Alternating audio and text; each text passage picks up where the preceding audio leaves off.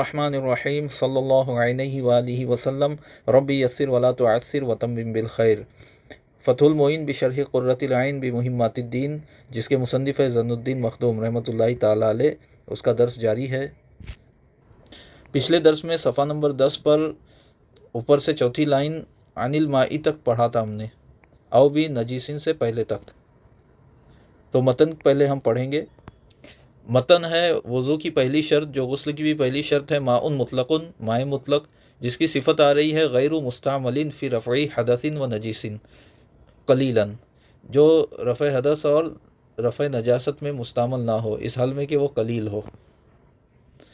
وہ متغیر کثیرا، یعنی اور جو بہت زیادہ متغیر نہ ہو، زیادہ متغیر نہ ہو، کس چیز سے بھی خلیط طاہر غنی عن ہو، ایسے پاک مخالط سے جس سے پانی بے نیاز ہو۔ اب آگے کا متن ہے او بھی نجیسن ولو کانا کثیرن، یعنی اور جو متغیر نہ ہو کسی نجاست کی وجہ سے اگرچہ پانی کثیر ہو۔ یہاں ہے او بھی نجیسن کے بعد شرح میں وَإِن قلت تغیر، اگرچہ تغیر کم ہو، یعنی نجاست کی وجہ سے اگر تغیر ہو تو تھوڑا تغیر بھی ہے تو یہ ضرر رسا ہے، پانی مطلق نہیں رہے گا بلکہ نجیس ہو جائے گا۔ مگر ہم نے پہلے پڑھا کہ مخالط کی وجہ سے تھوڑا تغیر ہو تو معاف ہے، پانی مطلق ہی رہے گا، زیادہ تغیر ہو تو یہ ضرر رسا ہے۔ ولو کان الماء کثیرا، اگرچہ پانی کثیر ہو، ای قلتین، یعنی دو قلہ ہو، تب بھی چاہے پاک مخالط کی وجہ سے تغیر ہو یا کسی نجاست کی وجہ سے تغیر ہو، تو پانی جو ہے وہ کام کا نہیں رہے گا، اس سے وضو یا غسل نہیں ہو سکے گا۔ فرق یہ ہے کہ پاک مخالط سے جو تغیر ہوگا اس میں پانی فی نفسی ہی تو پاک رہے گا مگر پاک کرنے کی صلاحیت کھو دے گا، لیکن اگر نجاست کی وجہ سے تغیر ہو تو پانی نجس ہو جائے گا، ناپاک ہو جائے گا۔ فرماتے ہیں وَلَوْ كَانَ الْمَاءُ كَثِيرًا أَيْ قُلَّتَيْنِ أَوْ أَكْثَرَ، اگرچہ پانی زیادہ ہو یعنی قلتین یا اس سے زیادہ ہو، فی صورتي التغیر بالطاہر والنجس، پاک یا نجس کی وجہ سے تغیر ہونے کی دونوں صورتوں میں، یعنی پاک کی وجہ سے تغیر ہو تو اگرچہ پانی قلتین سے زیادہ ہو تب بھی قابل استعمال نہیں ہے، نجاست کی وجہ سے تغیر ہو تب بھی اگرچہ پانی قلتین یا اس سے زیادہ ہو تو بھی وہ استعمال کے لائق نہیں ہے۔ فرق یہ ہے کہ پاک کی وجہ سے جو تغیر ہوا اس کی وجہ سے پانی پاک رہے گا مگر پاک کرنے والا نہیں رہے گا، اور نجاست کی وجہ سے جو تغیر ہوا اس کی وجہ سے پانی نجس ہو جائے گا، بس یہ فرق ہے۔ اب انہوں نے کہا کہ پانی کثیر ہو اگرچہ تب بھی، کثیر کی انہوں نے تشریح کی قلتین، دو قلہ۔ دیکھیے قلتن کا مطلب ہے مٹکا۔ حضور علیہ الصلوۃ والسلام نے فرمایا، امام بہقی نے اس حدیث کو روایت کیا کہ جب پانی حجر نامی گاؤں کے دو مٹکوں کے برابر ہو جائے تو وہ نجس نہیں ہوتا،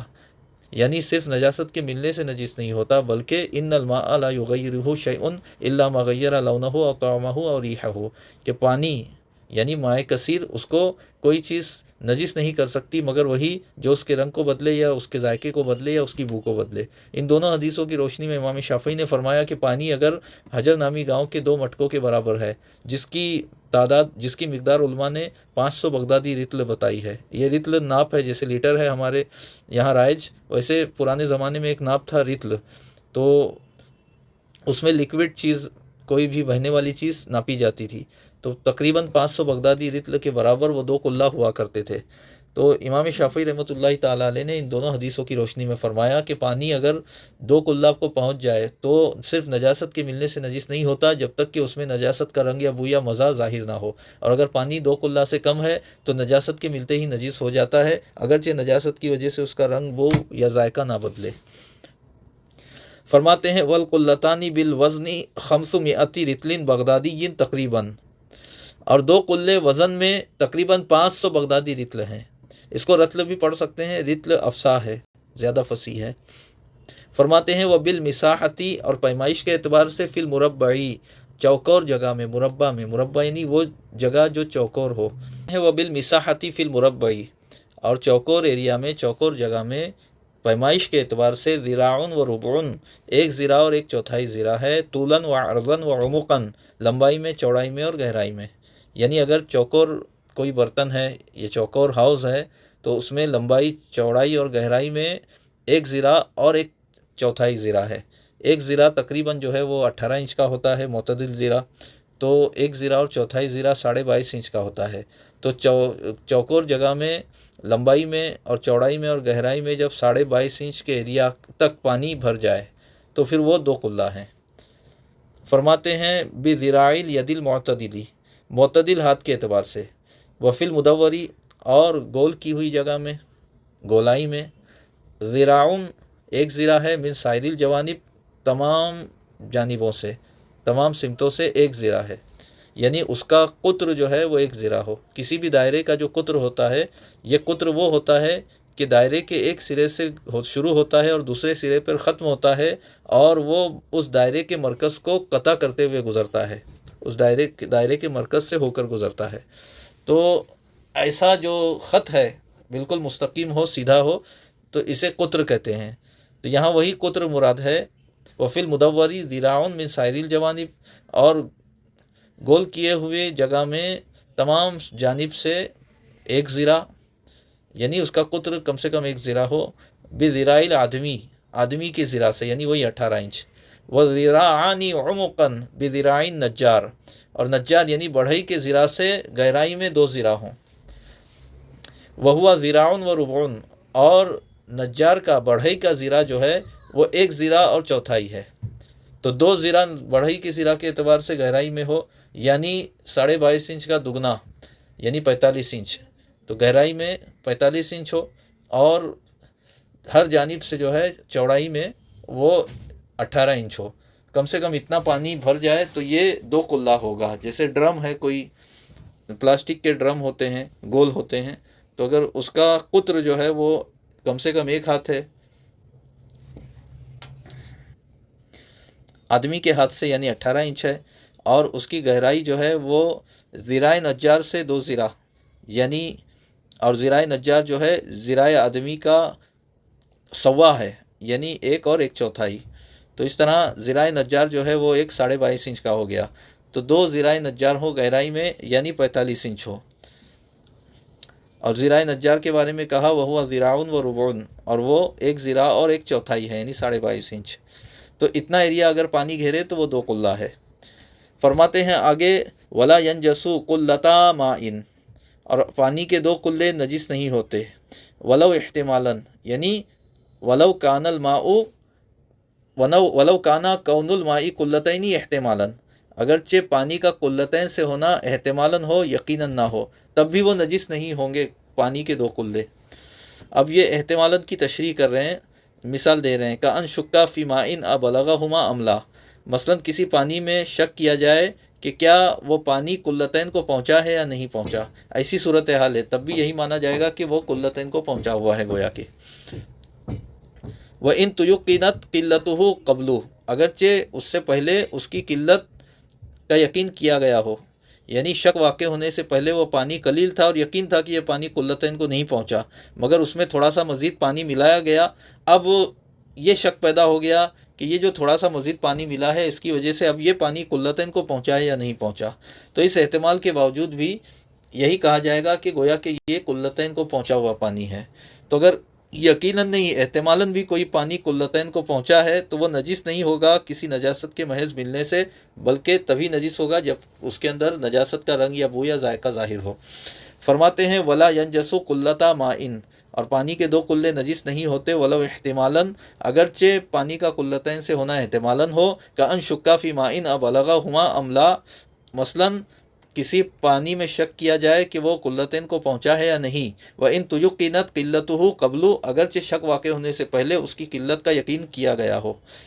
تو ولا ینجسوس کا متعلق ہے بملاقاتی نجسن، یعنی پانی کے 2 قلے کسی نجاست کے ملنے سے نجس نہیں ہوتے، معلوم یتغیر بھی، جب تک کہ نجاست کی وجہ سے وہ پانی متغیر نہ ہو، اگرچہ یہ تغیر تھوڑا ہو تب بھی نجس ہو جائے گا، تھوڑا سا تغیر بھی جب تک نہ ہو تب تک پانی نجس نہیں ہوگا۔ فرماتے ہیں یہ جو لا ینجسو ہے اس کی غایت بتا رہے ہیں، وَإِنِ اسْتُهْلِكَتِ النَّجَاسَةُ فِيهِ، اگرچہ اس میں نجاست ہلاک ہو چکی ہو، یعنی پانی کے 2 قلے محض نجاست کے ملنے سے نجس نہیں ہوتے، اگرچہ نجاست اس میں مل کر پانی میں ہلاک ہو گئی ہو، یعنی جب نجاست ڈالی گئی پانی میں تو اس وقت نظر آ رہی تھی اور ممکن ہے نجاست کا رنگ یا بو یا مزہ بھی پانی میں ظاہر ہوا ہو، لیکن پھر بعد میں خود بخود جو ہے پانی کی قوت تطہیر کی وجہ سے وہ نجاست پانی میں ہلاک ہو گئی۔ تو اب ایسی صورت میں چونکہ پانی جو قلتین کو پہنچا ہوا ہے اور اس کا رنگ یا بو یا مزہ جو ہے وہ بدلا ہوا نہیں ہے نجاست کی وجہ سے، تو بھی وہ پانی پاک ہے، پاک کرنے والا ہے۔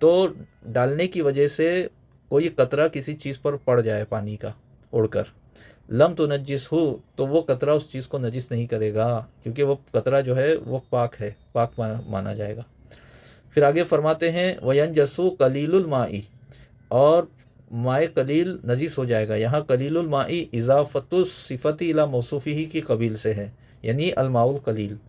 تھوڑا پانی نجس ہو جائے گا۔ وہوا ما دون القلتین، اور مائع قلیل وہ پانی ہے جو قلتین سے کم ہو۔ یہ نجس ہوگا کس صورت میں؟ حیث لم یکن واردن، جبکہ وہ نجاست پر وارد نہ ہو، وردہ یریدو سے ہے۔ دیکھیے مائع قلیل جب بھی نجاست سے ملے گا تو اس کی دو صورتیں ہیں۔ پہلی صورت یہ ہے کہ مائع قلیل جو ہے وہ مورود ہو اور نجاست جو ہے، مائع قلیل جو ہے وہ جائے ورود ہو اور نجاست وارد ہو، نجاست اس میں گر رہی ہو، ایک صورت۔ دوسری صورت یہ کہ نجاست پر مائع قلیل وارد ہو، وہ نجاست پر گر رہا ہو اور جائے ورود نجاست ہو۔ تو یہاں پہلی صورت بتا رہے ہیں کہ مائع قلیل جو ہے یہ جائے ورود ہے، یہ جو ہے اس کے اندر کوئی نجاست گر رہی ہے اور نجاست جو ہے گرنے والی ہے۔ وہ صورت نہیں ہے کہ مائع قلیل وارد ہو، اس صورت کی تفصیل آگے آئے گی۔ یعنی اگر کوئی مائع قلیل کسی نجاست پر گرے تو وہ پانی کب پاک ہوگا کب ناپاک ہوگا، اس میں ذرا تفصیل ہے، وہ ازالہ نجاست کے بیان میں آئے گا۔ یہاں پر یہ صورت بیان کر رہے ہیں کہ نجاست پانی میں گری ہے، نہ کہ پانی نجاست پر گرا ہے۔ تو جب نجاست پانی میں گرے تو اس صورت میں نجاست کے ملتے ہی مائع قلیل جو ہے نجس ہو جائے گا، وہ بیان کر رہے ہیں۔ فرماتے ہیں وَيَنْجَسُ قَلِيلُ الْمَاءِ وَهُوَ مَا دُونَ الْقُلَّتَيْنِ حَيْثُ لَمْ يَكُنْ وَارِدًا بِوُصُولِ نَجِسٍ إِلَيْهِ يُرَى بِالْبَصَرِ الْمُعْتَدِلِ، اور نجس ہو جائے گا تھوڑا پانی اور وہ قلتین سے کم پانی ہے، جبکہ وہ نجاست پر وارد نہ ہو، کسی ایسی نجاست کے اس پانی تک پہنچنے کی وجہ سے جس نجاست کو معتدل نگاہ سے دیکھا جا سکے،